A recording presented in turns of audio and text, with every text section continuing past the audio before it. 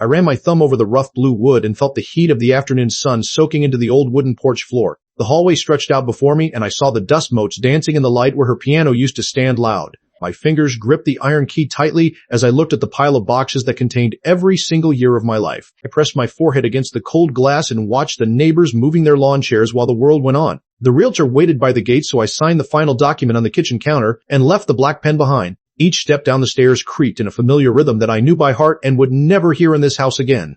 I pulled the door shut and the lock clicked into place with a finality that echoed through my chest like a dull drum. Walking to the car, I felt the damp grass against my shoes and noticed a small yellow flower blooming near the fence. I adjusted the mirror and saw my own tired eyes looking back as the house grew smaller and smaller behind the trees. The city lights began to flicker on as I drove through streets that did not know my name or the secrets I was leaving. I reached over to touch the one small box on the passenger seat which held only the photos of her laughing at dinner. At the intersection, I waited for the light to change while the radio played a song about silver linings and old roads. I stopped at a diner and sat in a vinyl booth that smelled of burnt coffee and maple syrup while I stared at my hands. The steam rose in white swirls from the mug, and I decided to order breakfast for dinner because the rules had changed.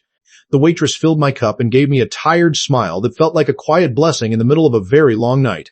Outside, the air had turned sharp, and I saw my breath blooming like a ghost in the street lamplight as I found my keys. The new key felt light and cold in my palm as I stood before the door of the apartment I had rented on a sudden whim. The walls were white and empty, and the floorboards did not make a single sound when I walked across the living room. I filled a glass with tap water and drank it while standing by the sink and looking out at the skyline of the city. Lying on the mattress on the floor, I watched the headlights of passing cars trace lines across the ceiling of my room. The sun came through the window at 6 in the morning and hit the floor in a bright square that looked like a canvas. I ate a piece of toast and listened to the sounds of the neighbors waking up and the distant rumble of the early bus. I pushed the window open and let the cool morning air fill the space until the scent of the old house was finally gone. I taped the photograph of my mother to the white wall and stood back to see her smiling in the middle of the silence. I rested my hand against the plaster and took a deep breath as I realized the silence was not empty, but full of room.